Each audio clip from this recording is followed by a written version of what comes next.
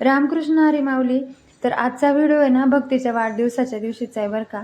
तर भक्ती ट्युशनवरून आली आणि मी आणि भक्ती नाक्यावर गेलो. तिला म्हटलं आज तिचा बर्थडे होता, पण तिला आज म्हणजे बर्थडेचा ना केक कटिंग करायचा नव्हता.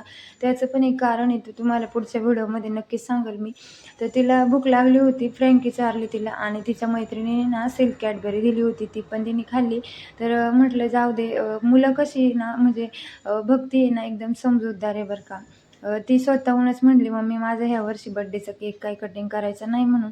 तर मी म्हटलं, ठीक आहे बाळा, तू म्हणजे आता शहाण्यासारखीच वागते." तर मला पण खूप आनंद झाला, की भक्तीने स्वतःहून अशी म्हटली म्हणून. तर तिला आहे ना म्हणजे घरात मोसंबी होतं, ते साफ करून दिलं. तिने पण खाल्लं आणि मी पण खाल्लं. तर मी ना मुळ्याची भाजी केली मस्त. मला आहे ना मुळ्याची भाजी खूप आवडते बघा. छान अशी होते. सुकं खोबरं घालून मी बनवली होती. आणि मोसंबी आणि संत्री खाऊन झालं आमचं.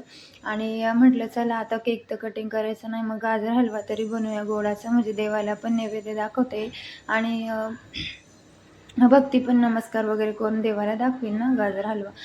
तर मी बनवून घेतला आणि एकीकडे शिजत होता तोपर्यंत ना तिला मी 3 म्हणजे टॉप घेतले होते. ते तिला म्हणलं बघ घालून बघ व्यवस्थित बसतात की नाही. तर तिने घालून बघितले. तुम्ही पण कमेंटमध्ये मला नक्की सांगा की कसे टॉप म्हणजे भक्तीला दिसतायत. तर ते घालताच ती एवढी दमल्यासारखी आणि कंटाळा येत होता ना तिला. तर तिला म्हणलं जाऊ दे बाळा, आज तुझा बर्थडे आहे, खुश राहायचं, आनंदी राहायचं.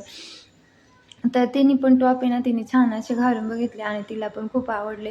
गाजर हलवा पण तयार होता. तर तिला म्हटलं धर बाळा डिशमध्ये, दिला मी तिला काढून आणि देवाला नैवेद्य ठेव आणि नमस्कार कर.